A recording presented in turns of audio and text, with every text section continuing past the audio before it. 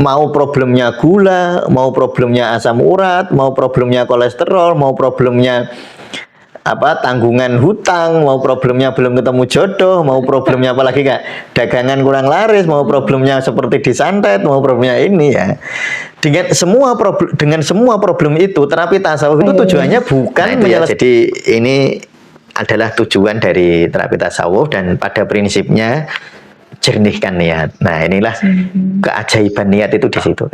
Nah, tetapi ya paradoksnya banyak loh ya. Nah, uniknya ketika orang itu sering melatih niatnya seperti itu kan, efektivitas pengobatan itu luar biasa. Makanya kalau di dalam dunia tasawuf, dalam dunia terapeutik ya, terutama di dalam praktek tasawuf, tugas seorang ya terapis lah sebutnya, seorang praktisi atau lebih ruhaninya seorang mursyid itu merawat niat.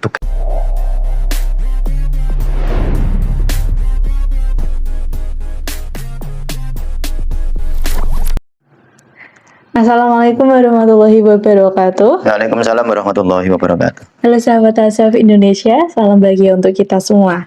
Untuk hari ini kita akan membahas kerangka konsep Sufi Healing. Namun sebelum kita memulai sesi hari ini ada info dari admin Tasawuf Indonesia bahwa Tasawuf Indonesia akan mengadakan webinar buku panduan praktis zikir la ilaha illallah. Untuk webinarnya itu akan dilaksanakan pada Ahad 8 Februari 2026 pukul 8 waktu Indonesia Barat dan dilaksanakan melalui via Zoom meeting. Oke. Itu untuk sekedar info awal. Untuk info lebih lanjutnya nanti akan saya sampaikan di akhir sesi hari ini. Oke, baik. Kita langsung mulai untuk kelanjutan kerangka konsep Sufi Healingnya. Ya, baik.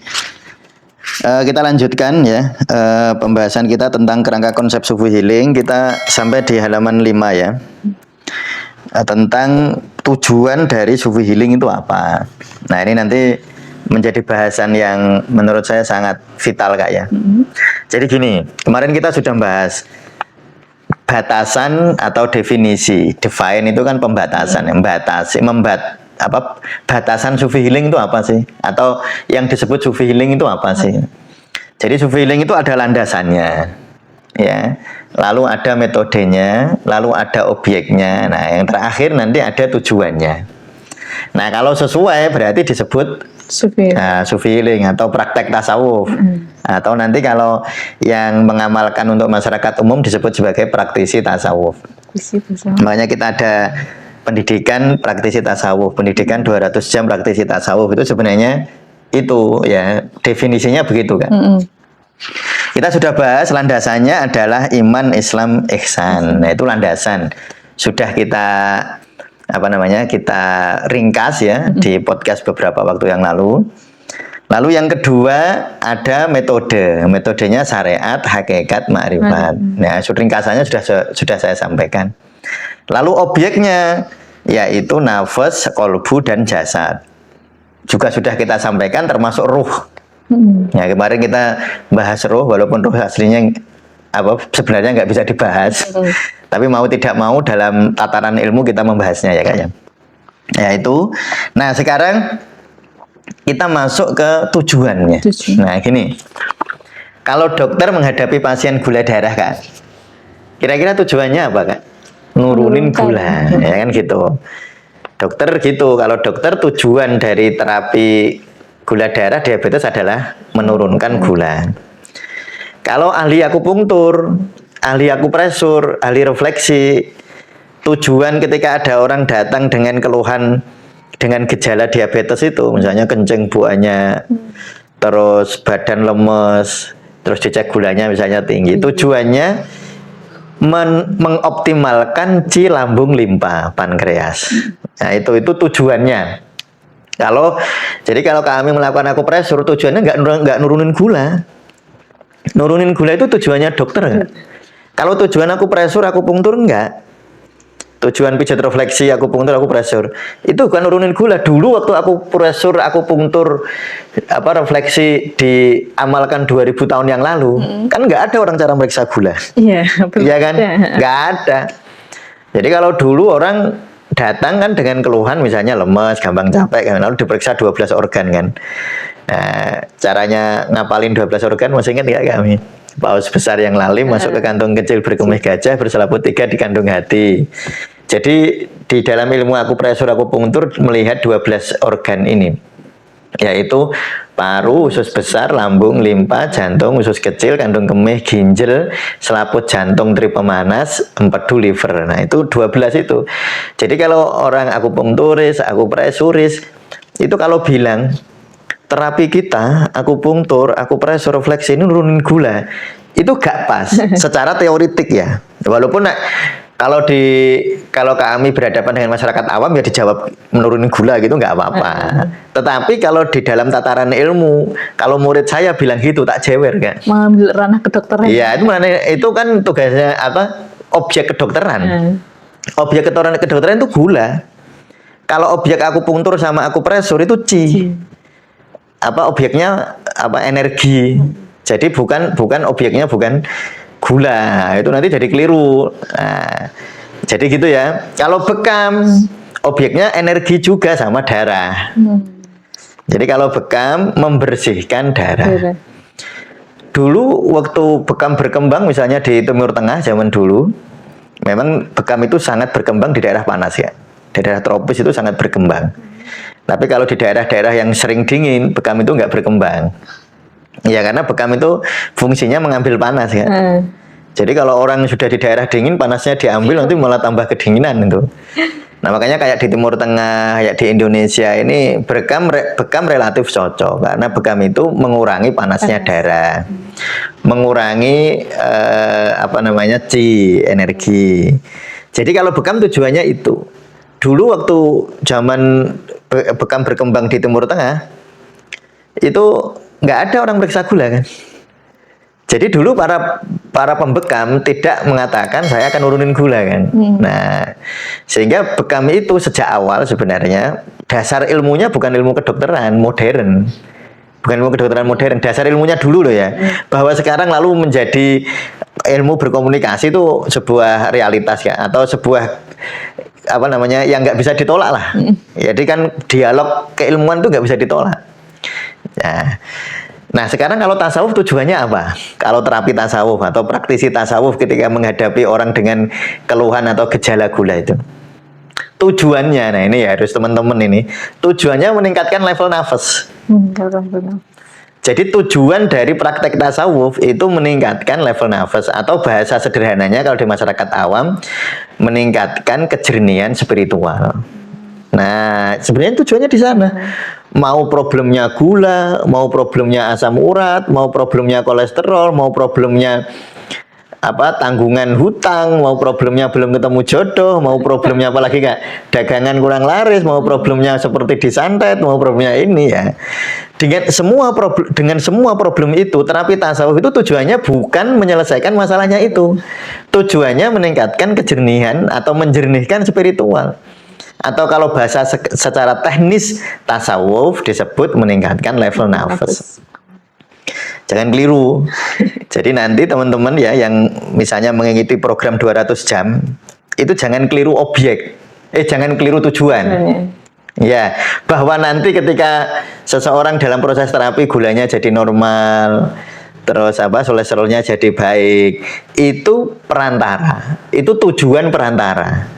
Tujuan akhirnya atau hakikatnya, natijahnya kalau bahasa natijah itu puncak keinginannya atau tujuannya adalah meningkatkan level nafas.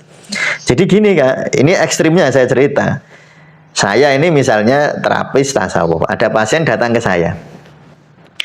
Terus kita lakukan terapi dzikir, misalnya khususnya dzikir nafas misalnya.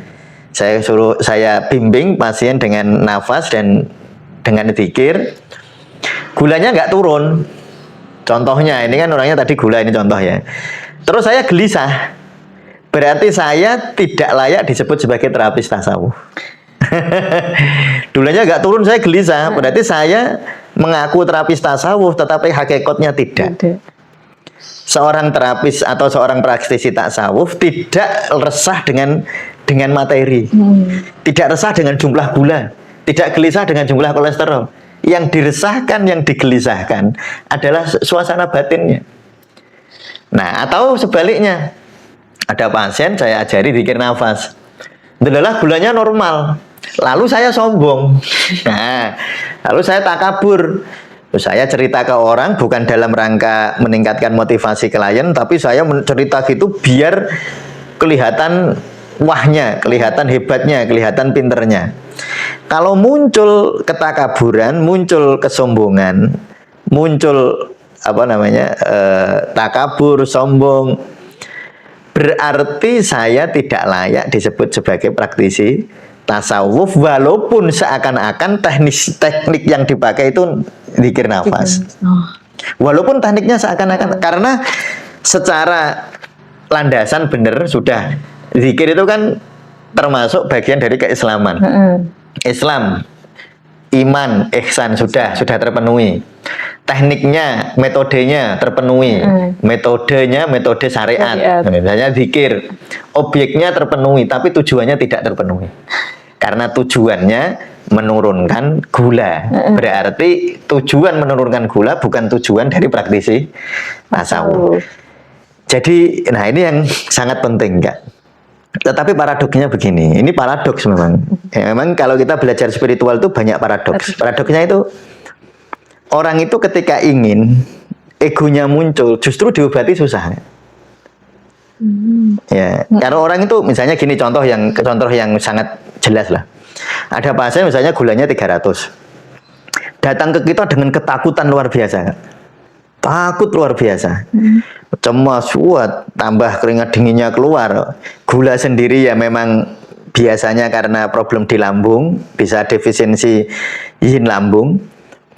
Nah, lalu terjadi orang itu jadi keluar tubuhnya gemeter, keluar keringat dingin, tambah takutnya. Makin makin ketakutan. Nah, ketika orang seperti itu kok diterapi ya? Jadi orang seperti itu diterapi kan pengen sembuh ya. Iya. Oh, ini gimana caranya gula saya cepat turun? Model paradoksnya, orang semakin ingin semakin susah. Itu paradoks. Jadi orang semakin ingin semakin susah kan? Nah, itu paradoks ya. Bukan ingin salah, tetapi kalau inginmu, ya kalau keinginan itu menjadi natijah utama, menjadi tujuan utama, wah, biasanya diobati susah. Itu pengalaman saya 20 tahun, ini sudah 2026. Berarti saya sudah hampir 20 tahun, nggak? Pengalaman nerapi orang. Jadi orang-orang yang ketika diterapi dia bisa mengendurkan keinginannya. Jadi terapi itu sebenarnya kan ranahnya ikhtiar. Ikhtiar itu adalah kewajiban kemanusiaan. Hasil itu haknya Allah. Jadi jangan sampai kita ini menjajah haknya Allah. Oh, haknya Allah bagi kita. Makanya tadi pagi waktu kita ngaji Al-Hikam, saya cerita kepada jamaah ya. Cirinya orang beriman itu tenang setelah berikhtiar. Bukan tenang setelah ada hasilnya, kan? Loh, itu cirinya orang beriman. Karena orang beriman ketika dia sudah berikhtiar, hatinya damai. Kewajibanku sudah saya tunaikan. Nah, hasil itu haknya Allah. Makanya dia damai. Karena ya sudah, sekarang Allah biarkan Allah yang akan menunjukkan kudrat irodatnya. Allah akan menunjukkan kekuasaannya, kan gitu. Makanya damainya itu bukan setelah hasil muncul, kan? Damainya ketika ikhtiar sudah ditunaikan. Itu ciri orang beriman. Nah, jadi kalau orang beriman ikhtiar stres, menunggu hasil stres, ya berarti belum benar-benar beriman. Ya agak beriman ya. Mungkin agak beriman, tapi belum benar-benar beriman ya. Nah, sekarang saya baca teksnya ya, Kak ya. Halaman 5 paragraf terakhir. Sekarang sekilas kita akan membahas tentang tujuan sufi healing. Secara ringkas dikatakan bahwa tujuan sufi healing adalah menuju tauhid sebenarnya. Wong ning dunya iku sakjane kon la ilaha illallah gitu. Cuma kan bukan hanya ucapan ternyata. La ilaha illallah kita ekspresikan di dalam seluruh denyut nadi kita, di dalam setiap tarikan dan hembusan nafas kita. Bahkan pada setiap tahan nafas kita. Antara jeda nafas, antara hembusan nafas, antara tarikan nafas. Di situ ada la ilaha illallah sebenarnya. Wong urip itu sebenarnya di situ, hidup itu sebenarnya tujuannya di situ. Nah, secara teknis sekarang manusia menghayati tauhid dengan beberapa level, dari yang sangat tidak menghayati tauhid sampai yang sempurna menghayatinya. Misalnya, dalam terminologi tasawuf dikenal dengan nafas amarah. Ini sudah saya bahas cukup rinci bersama Mas Fatih di menyerap energi gaib itu kayaknya level nafasnya. Nah, yang kepengen lihat cara rinci bisa dilihat konten kita tentang menyerap energi gaib ya, tentang level-level nafas. Tapi kira-kira begini Kak, orang nafas amarah itu gini. Orang nafas amarah adalah orang yang merasa bahwa hasil itu harus dari saya. Kalau saya begini harus berhasil. Misalnya gini, ini contoh orang berobat gula ya. Kalau saya berobat gula harus sembuh. Harus ya, 100%. Egonya. Oh, itu egonya kuat banget. Berarti dia ada di nafas amarah. Dan anehnya, paradoknya, ketika orang berada di nafas amarah, biasanya diobati lebih susah. Saya bilang biasanya karena tidak semua ya. Nanti terus jangan disimpulkan kalau ada temennya diobati susah terus dibilang, oh itu nafasnya amarah. Jangan loh ya. Ini hanya biasanya. Nah, kalau kepengen itu kan statistik Kak. Dan statistik itu ada ruang errornya. Jangan dikatakan mesti. Orang yang biasa bilang pasti itu gak paham statistik, gak paham ilmu statistika itu. Nggak paham ilmu logika, nggak bisa membedakan antara biasanya, seharusnya, harus, lebih baik. Itu dia kadang-kadang nggak bisa bedain loh kata-kata gitu. Makanya orang kan sering kalau saya lihat di hubungan masa kemasyarakatan dalam berdiskusi, biasanya disamakan dengan harus. Jadi kalau kamu berobat ke sana biasanya sembuh. Itu biasanya, bukan pasti. Lalu disimpulkan pasti sembuh. Itu masyarakat. Banyak masyarakat, ya tentu tidak semua. Banyak masyarakat yang memahami gitu. Nah, jadi nanti jangan gitu loh ya. Jangan menyimpulkan level nafas orang. Misalnya apalagi kita ini kan terapis ya Kak ya. Godaannya terapis itu kan menilai klien Kak. Ketika kliennya susah diobati, terus kita, oh ini levelnya amarah itu. Jangan disimpulkan, hanya bilang gini, kelihatannya. Nah, makanya tadi saya sampaikan, saya 20 tahun saya jadi seorang terapis, saya bisa meraba kebanyakan loh. Makanya tadi saya bilang kan, kebanyakan orang yang egonya tinggi susah diobati, kebanyakan. Tapi bukan satu-satu orang lalu saya simpulkan, itu kebanyakan. Kayak saya penelitian tuh Kak. Nah, ini statistiknya begitu. Jadi ada probabilitas ya. Kemungkinan. Nah, jangan dibilang. Jadi orang yang level nafasnya amarah itu orang yang kalau saya ikhtiar harus berhasil. Berhasil menurut egonya loh ya. Saya berikhtiar menurut berhasil. Biasanya apa Kak? Kalau pas hasil sombong, kalau nggak berhasil putus asa. Nah, itu cirinya orang nafas amarah. Karena kan dari awal dia sudah ini Kak ya, sudah ini loh, kalau saya begini pasti berhasil kan udah gitu. Ketika berhasil kan loh iya toh, lah gitu kan. Kalau nggak berhasil, loyo dia. Loh kok orang? Loh kok enggak? Nah, putus asa biasanya terus marah. Makanya disebut amarah. Ya, memang wong gawane nesunan itu. Amarah itu makna paling mendasar itu senang merintah kan. Amarah itu maknanya, mulanya atau takmir itu kan orang yang merintah. Amir itu, amarah itu dia itu senang merintah, jadi egonya itu loh. Hei obat, kamu harus nyembuhin saya. Hei dokter, kamu harus nyembuhin saya. Hei pemerintah, kamu harus memakmurkan saya. Hei istri, kamu harus membahagiakan saya. Pokoknya harus semua. Jadi tanggung jawab dirinya diserahkan. Tanggung jawab dirinya dilempar ke orang lain. Makanya kalau biasanya orang kayak gitu gampang nyalah kayak orang. Nanti jadinya nafas lawamah. Lawamah itu maidu. Nah, jadi amarah lalu lawamah. Lawamah itu orang yang seneng gini. Seneng maidu itu bahasa apa ya? Bahasa Indonesianya? Mencela orang gitu. Jadi kalau ada apa-apa yang salah orang. Wah, ngadain pengajian. Ndelalah udan deres. Nyalain tukang apa itu? Pawang hujan. Wah, hujannya ini nggak sakti, wah nyalain.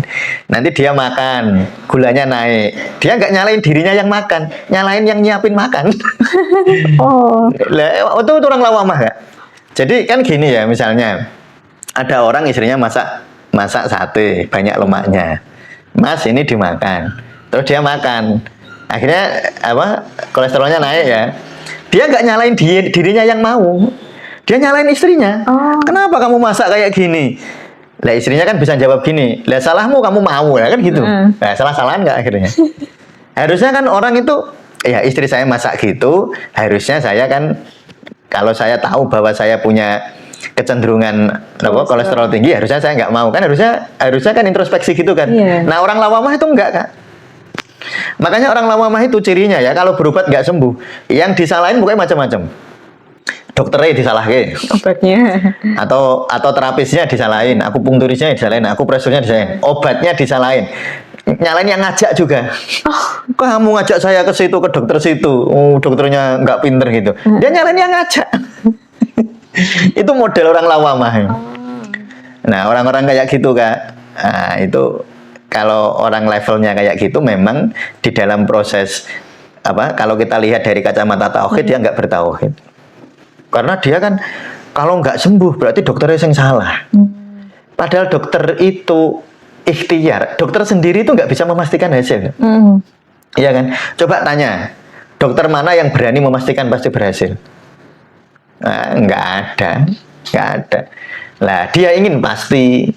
Orang-orang level spiritual rendah itu ingin pasti. Saya selalu senang ngutip gini Kak. Kalau di wong hafal saya kan surat Al-Baqarah cuma awal-awal ya. Saya nggak hafal semua surat Al-Baqarah. Tapi ini bagi saya itu luar biasa. Alladzina yu'minuna bil ghaibi. Orang yang merasa aman. Ini hikmah yang saya rasakan ya, bukan tafsir ya. Alladzina yu'minuna bil, orang yang merasa aman dengan ketidakpastian itu gaib. Gaib itu sesuatu yang nggak bisa dianalisis. Gaib. Ya gaibul gaib itu Allah. Lah nasib besok itu juga gaib kan? Orang besok usianya berapa, terus kalau sakit kalau meninggal sebabnya apa, itu gaib semua. Tetapi orang beriman, orang takwa itu aman dengan ketidakpastian. Nah orang yang ingin pasti itu orang yang tidak takwa. Karena dia tidak alladzina yu'minuna bil ghaib, tidak memahami tentang kefanaan dunia gitu. Tidak memahami tentang bahwa dokter itu ya iso salah. Dokternya barang ya loro. Nggak usah, saya juga sakit. Jadi kalau pasien ngandalin saya itu udah ngandelin diri saya sendiri aja nggak bisa. Nah gitu ya. Saya hanya punya ilmu cara, prosedur. Hasil itu tadi, makanya tadi dari awal saya bilang, menungso itu tenang setelah berikhtiar kan. Saya sebagai seorang terapis atau praktisi tasawuf, saya damai ketika saya sudah melakukan hal yang terbaik gitu. Lah nanti pasiennya sembuh apa tidak, lalu jadi pelanggan atau tidak, nanti repeat order apa enggak kalau orang dagang. Ya wallahu a'lam. Pokoknya saya sudah melakukan yang terbaik dan saya damai. Itu terapis tasawuf. Pasien yang menggunakan terapi tasawuf juga sebaiknya begitu. Ketika sudah berikhtiar, sudah diobati, damai. Masalah nanti saya sembuh apa tidak, ya wallahu alam. Itu ranahnya Allah, itu wilayahnya Allah. Kamu jangan ngerebut wilayahnya Tuhan. Seneni Allah kamu. Ya, dulu itu saya pernah Kak, suatu ketika ya, ada orang, mungkin saya sudah sering cerita kalau kamu ya. Awal-awal dulu tahun 2011-an. Pokoknya 2010-an. Pokoknya awal-awal ada pejabat di anggota DPRD itu, waktu itu saya ingin tuh beliau itu. Ada seorang tokoh lah, saya bilang itu tokoh ke tempat saya. Padahal tokoh ini menurut saya harusnya level spiritualnya tinggi, karena leluhurnya itu kiai-kiai besar gitu loh. Nah datang ke saya, tiba-tiba saya kasih uang gepokan itu mungkin 10 juta atau saya nggak lihat. Ini Mas, manggil saya itu waktu itu. Kalau saya pasti sembuh, saya kasih uang ini. Saya marah Kak. Ya, karena ego saya kan, ya ego juga marah itu. Loh, siapa yang mau memastikan Pak? Nah, jadi dia itu pengen berobat pasti sembuh gitu. Ini kalau pasti sembuh ini uang tak kasih semua. Lah saya batin saya, kalau saya bisa ngobatin orang pasti sembuh 10 juta nggak mau lah saya. 1 miliar, mesti Mario ya Kak. Sekarang loh Kak, kalau saya misalnya bisa ngobati diabetes mesti sembuh, 1 miliar laris ya Kak. Iya. Betul nggak? Iya. Betul. Sekarang yang nyun sewu banyak orang diabetes kaya-kaya kan. Nah, kalau seandainya saya bisa ngobati mesti sembuh, saya yakin mesti sembuh. Kok 10 juta? Ya 1 miliar dong kalau mesti sembuh gitu. Waktu itu saya marah gitu kan. Saya sampai nyuruh Pak, saya jadi Tuhan, saya bilang gitu. Nah itu pengalaman saya di dalam proses terapeutik. Nah, biasanya orang seperti itu tuh berobatnya kemana-mana sih kan. Udah ke Singapura dia ke Singapura 2 minggu sekali. Oh, berobat ke sana, berobat ke sini gitu. Ya Allah, lah itu ya. Jadi apa namanya? Tujuan dari terapi tasawuf bukanlah kesembuhan. Nah, kalau tujuannya dokter ya betul, memang dokter diajari untuk nurunin gula kan. Ya kalau praktisi tasawuf nggak diajarin nurunin gula itu. Nah, yang diajari mendamaikan hati. Nah itu ya, jadi meningkatkan level nafas ya, dari nafas amarah, level lawamah, lalu mulhamah meningkat sampai kamilah. Nah itu tadi paradoksnya begitu Kak, semakin seseorang itu apa namanya, semakin egois, nah, cenderungnya jadi berbanding terbalik. Ini kalau dibuat grafik ya, kalau egonya naik, efektivitas pengobatan turun. Nah itu paradoksnya. Tetapi karena ini paradok, orang juga sering keliru. Kalau gitu aku tak ikhlas wae ben mari. Loh, orang ikhlas nggak ikhlas lagi. Nah, disinilah yang saya sering sampaikan pentingnya niat dalam berobat. Jadi inilah keajaiban niat kan.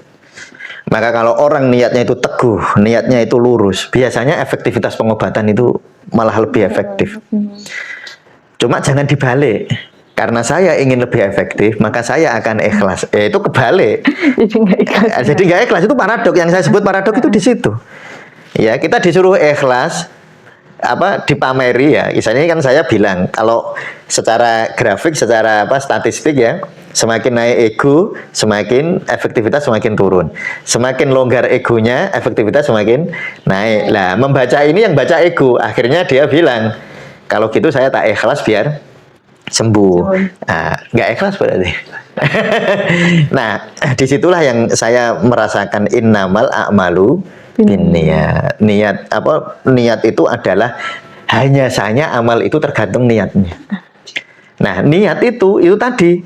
Ketika saya berobat, saya kepengen ngapain? Kalau saya berobat harus sembuh, itu egois. Berarti niatnya niat tidak bertauhid. Nah, niat bertauhid kan, niat yang disebut niat itu yang kamu cari siapa kan gitu kira-kira kan. Misalnya gini, ada orang sakit gula, lalu dia berobat. Ya tentu kepengen sembuh, kepengen loh, bukan niat. Niat sama kepengen beda loh Kak. Kepengen itu manusiawi Kak. Kalau niat itu ujung akhirnya. Jadi kalau saya berobat ya Ustaz dengan terapi tasawuf saya pengen sembuh, oke, itu manusiawi. Tetapi kalau jenengan berobat, saya berobat harus sembuh. Nah, itu nggak manusiawi. Itu berarti egoistik. Kalau ingin itu manusiawi, semua. Nggak perlu diajari, Kak. Loh, hewan kucing sakit, pengen sembuh nggak? Pengen, makanya dia tidur. Makanya dia rileks, makanya dia puasa. Kan kucing kalau sakit dia puasa. Ya karena dia pengen sembuh. Jadi pengen itu jangan dianggap niat. Lah itu orang sering salah. Niat, pengen itu syahwat, Kak. Syahwat. Jadi pengen itu hawa. Nah, itu pengen.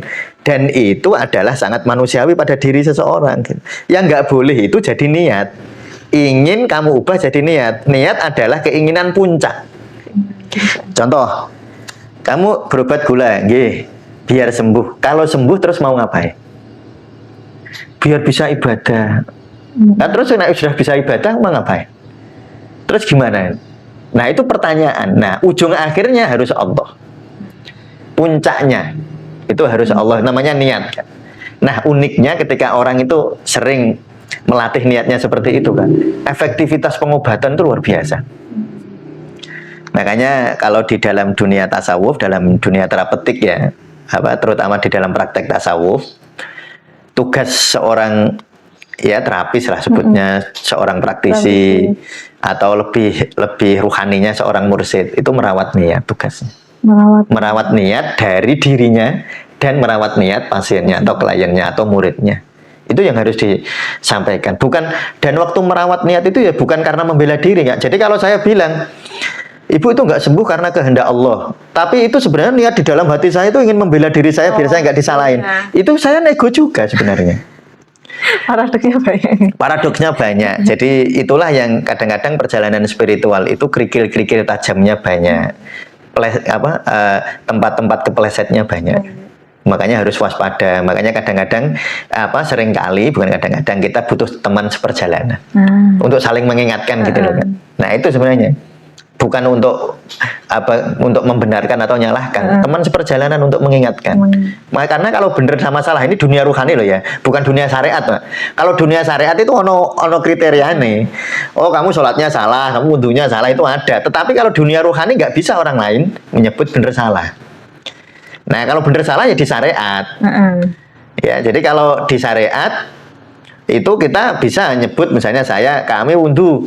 Loh Kak, kok hidungnya nggak kena, airnya nggak ngalir, wudhumu salah, boleh ya? Boleh, karena itu ukuran objektif kan kalau syariat. Tapi kalau di dunia hakikat, nggak bisa, saya nyalain Kak Ami itu nggak bisa. Misalnya nyalain sholatnya secara hakikat loh ya. Kalau nyalain sholatnya secara syariat bisa. Tapi terus saya bilang, sholatmu mesti gak ditompo Allah. Sholatmu pasti nggak diridhoi Allah, itu salah. Karena kalau ridho dan diterima itu hakikat ya, bukan syariat. Nggak bisa dinilai ya. Nah itu ya, jadi ini adalah tujuan dari terapi tasawuf dan pada prinsipnya jernihkan niat. Nah inilah keajaiban niat itu di situ. Nah tetapi ya paradoksnya banyak loh ya. Ya saya kira gitu. Silakan tadi diteruskan, ada event dari kita itu Kak. Oke. Untuk kerangka konsep sufi healingnya sampun selesai bab 1 untuk ya. Oh ya, nanti insya Allah selanjutnya akan kita lanjutkan di bab 2-nya.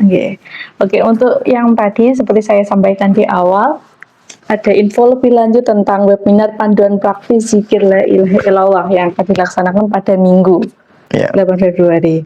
Oke, untuk teman-teman yang mendaftar pada tanggal 7 sampai 15 Januari, untuk pendaftarannya saja itu biayanya 25.000. Namun kalau teman-teman menginginkan buku secara fisik, dan juga nanti di bukunya itu juga ada 20 audio tutorialnya, itu membayar seharga 150.000. Untuk rincian bukunya seperti apa udah dijelaskan di episode sebelumnya ya, tanggal 7 Januari kemarin. Terus untuk teman-teman yang mendaftar tanggal 16 sampai 29 Januari 2026, itu harga pendaftaran webinarnya saja 35.000. Sedangkan untuk memiliki buku dan audionya membayar seharga 175.000. Dan untuk teman-teman yang mendaftar tanggal 30 Januari sampai 7 Februari 2026, untuk pendaftaran webinarnya saja itu seharga 50.000.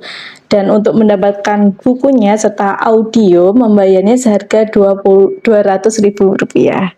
Oke, untuk info pendaftaran lebih lanjut bisa menghubungi admin Tasawuf Indonesia, atau mungkin bisa nanti ditanyakan di kolom komentar, akan diarahkan bagaimana caranya melalui WhatsApp admin Tasawuf Indonesia.